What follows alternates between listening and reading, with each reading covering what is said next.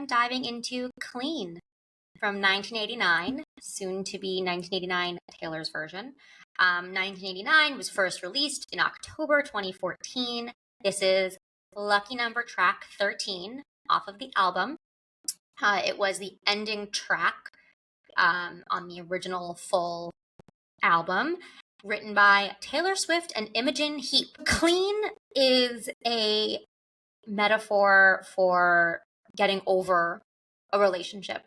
I want to start out by talking about some of the definitions of clean. Clean means free from dirt, marks, or stains. Another definition is morally uncontaminated, or pure, or innocent. It also means free from irregularities, having a smooth edge or surface.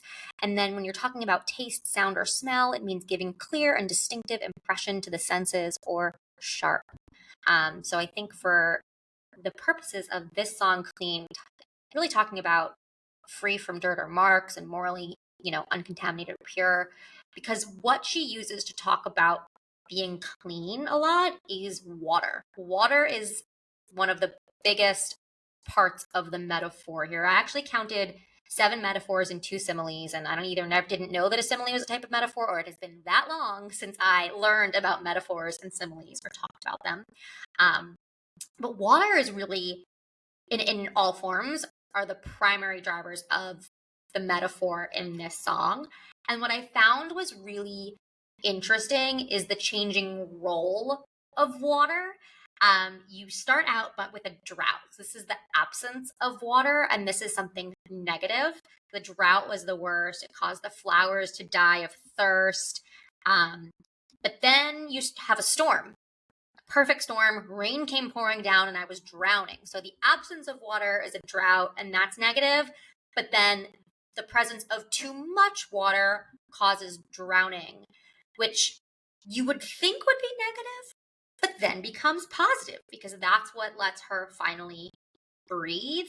And that's what says gone of any trace of you. It's what eliminates, makes her free from dirt or marks. It's what makes her uncontaminated, and that's when she's finally clean.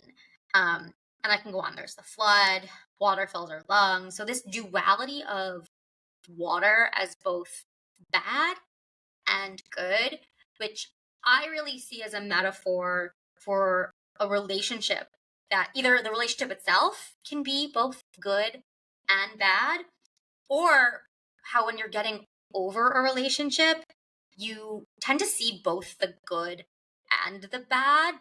Depending upon how it ended, you might think more about one of those things than the other. But I thought as I dove deeper into this song and the metaphor of the water that she was bringing up, I thought it was really interesting how water was both good and bad, and how it's the same thing about a relationship, or the same thing about getting over a relationship. You think about the good and the bad.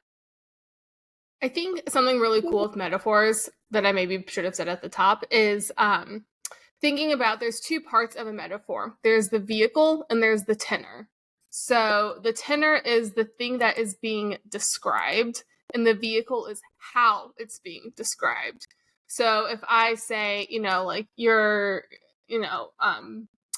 classic Shakespeare, shall I compare thee to a summer's day? And you're saying your hair is like wheat flowing in the wind or whatever. The tenor is your hair, the beauty of your hair, and the vehicle, the way you're getting to that is through this imagery of wheat, so nature flowing, whatever.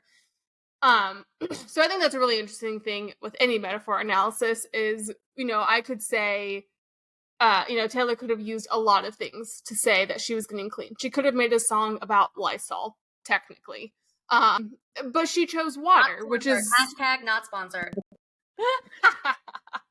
So the vehicle she chose here was water. This is an interesting vehicle to choose because it's, one, water itself is it's necessary to live, but other than that, it's sort of just a tool. It can be used to kill, it can be used to give life. And so it's an interesting vehicle to choose for the message she's giving here.